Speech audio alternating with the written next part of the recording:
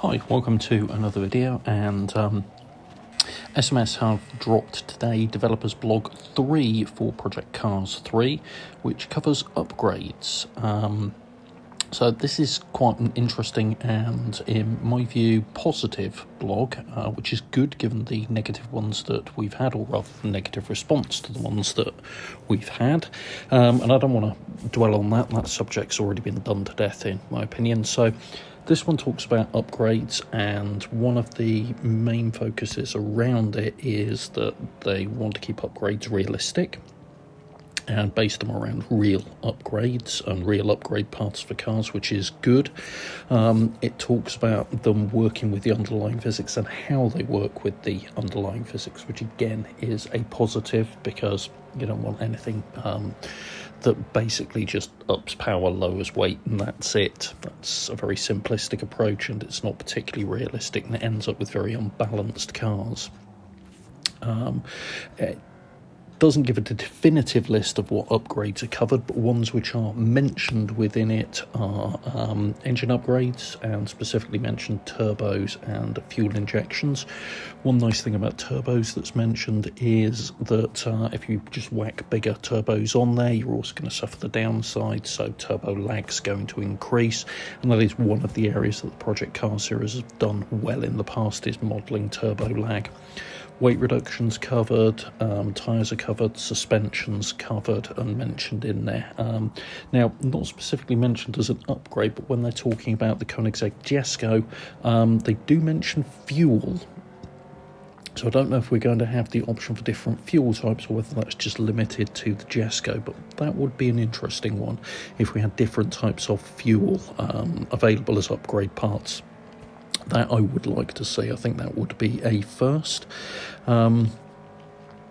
Obviously, with the ability to upgrade road cars, that's fairly normal. You've also got the ability to play around with race spec cars. So, for example, GT4s and GT3s are mentioned, and some of the things that you can do in there. You can cut the ride height, which will improve the aero performance.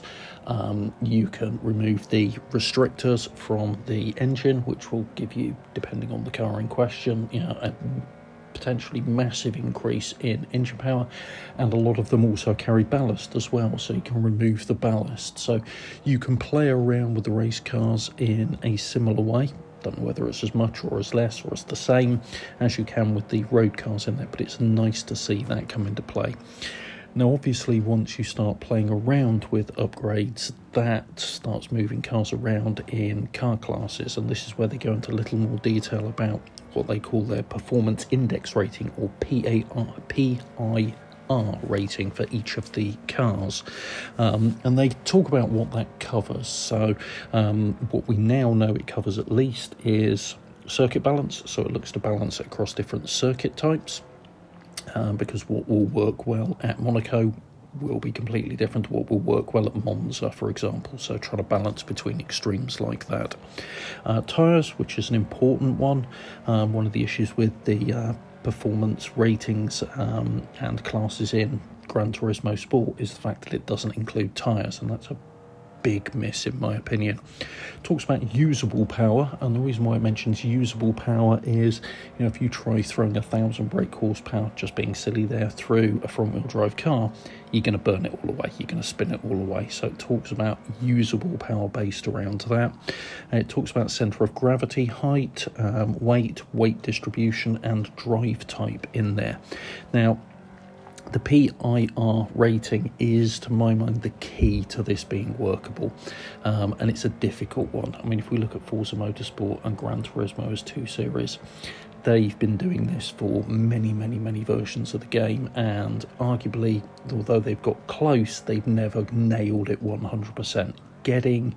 Balancing around this kind of thing, these performance indexes, right, is incredibly difficult. So it'll be interesting to see how Project Cars 3 manages with that. Now, one thing I did pick up in the blog post, which is an aside from the upgrades, but an interesting one, and I just want to read it out verbatim. It's talking about the Koenigsegg Jesko and just how much power it's got and how mad it is. And they say might not be the fastest on every track, but it's pretty damn nuts. In terms of outright power, some of the electrics may have it licked, but they're heavier and generally don't have the Jesco's aero. Now, what I'm picking up there, importantly, isn't actually about the Jesco's, it's that some of the electrics might have it licked, which does tend to suggest that we are going to have EVs in project cars, which will be an interesting one, because if we've got pure EVs in there, how well they're modelled and what upgrade parts they'll have will be certainly something to watch out for. So that's an interesting one I picked up in the blog post. So I'm going to leave a link to the blog post down in the description below. Go and have a read of it yourself. Let me know what you think about it down in the comments below, whether it helps change your mind on Project Cars 3, either for the better or for worst. And if you found this video useful, please do give me a like, and if you want to see more like this, subscribe away, and if you want to know when new videos are put up, please just hit the bell icon. Thanks very much. Take care. Bye.